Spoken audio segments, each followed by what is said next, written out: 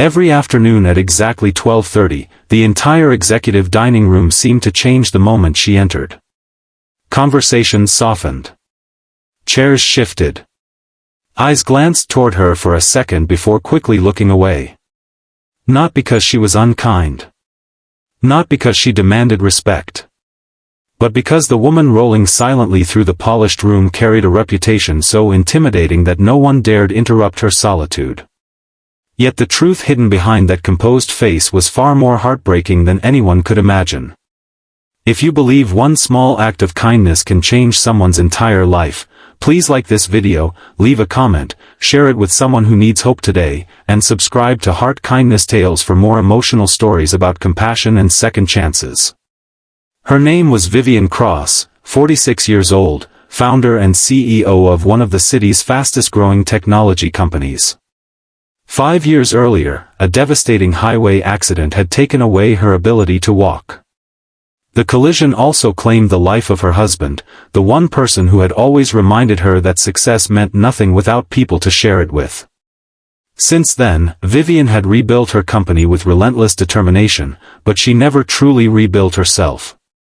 Every workday she insisted on eating lunch in the company cafeteria instead of her private office, hoping that one day someone would treat her like a person instead of a powerful executive in a wheelchair. Day after day, dozens of employees passed by her table. Some smiled politely. Others nodded nervously. None ever sat down. Across town, 34-year-old Elias Mercer was living a very different battle. A widowed single father, he worked as the company's building maintenance supervisor. Most employees barely noticed him as he repaired lights, fixed leaking pipes, or pushed his maintenance cart through quiet hallways before dawn. Every afternoon during summer vacation, he picked up his 8-year-old daughter Marin, whose cheerful curiosity brightened even his hardest days. Money was always tight, but Elias refused to let hardship steal his daughter's ability to see goodness in people. One unusually warm Tuesday, Marin accompanied her father to work while he finished a few emergency repairs before lunch. She wore a yellow backpack decorated with tiny stars and carried a sketchbook wherever she went. She loved drawing strangers she imagined had secret stories hidden inside their smiles. As they entered the cafeteria, Marin immediately noticed the woman sitting alone beside the tall windows overlooking the city park. Everyone else clustered around friends, laughing over meals, while the elegant woman in the wheelchair quietly unfolded a napkin beside an untouched salad. Children often notice what adults learn to ignore. Marin gently tugged her father's sleeve. She asked why the lady was eating alone. Elias looked toward the familiar corner and quietly admitted he didn't know. He had worked there nearly 3 years and had never once seen anyone join her. Marin frowned with innocent confusion. In her world, nobody should eat lunch alone if another chair was empty. Before Elias could stop her, she walked confidently across the cafeteria carrying her lunch tray. Vivian looked up, expecting the little girl to realize who she was and turn away like everyone else. Instead, Marin smiled warmly and asked if she and her dad could sit there because the sunlight by the window made everything look happier. For a brief moment, Vivian forgot how to answer. Elias hurried over, apologizing for the interruption, embarrassed that his daughter had approached the CEO without permission. But Vivian surprised both of them by quietly nodding toward the empty chairs. That single invitation changed 3 lives forever. Lunch began awkwardly. Marin talked about butterflies she had seen that morning, her dream of becoming an artist, and how sandwiches always tasted better outside. Elias apologized several more times, but Vivian gradually found herself smiling without forcing it. For the first time in years, someone wasn't asking about quarterly earnings, stock prices, or business strategies. They were asking whether she preferred apples or oranges and whether she liked sunsets more than sunrises. She realized she couldn't remember the last genuine conversation she'd had. The following day, Elias and Marin returned. Then the next. Soon their lunches became an unspoken tradition. Employees noticed something extraordinary happening. The CEO who once stared silently through cafeteria windows now laughed at Marin's imaginative stories.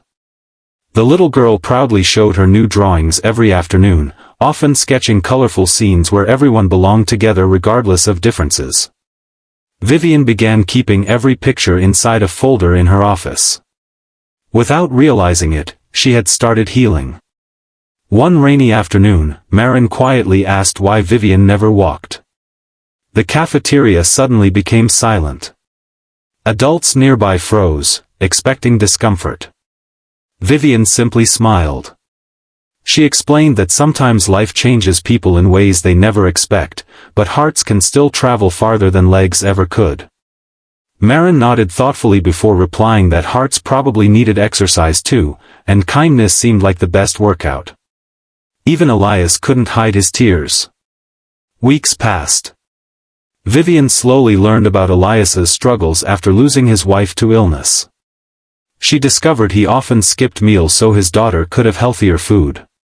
She learned he repaired neighbors' homes on weekends for extra income and secretly donated part of those earnings to an elderly shelter because his late wife believed generosity should continue even during hardship.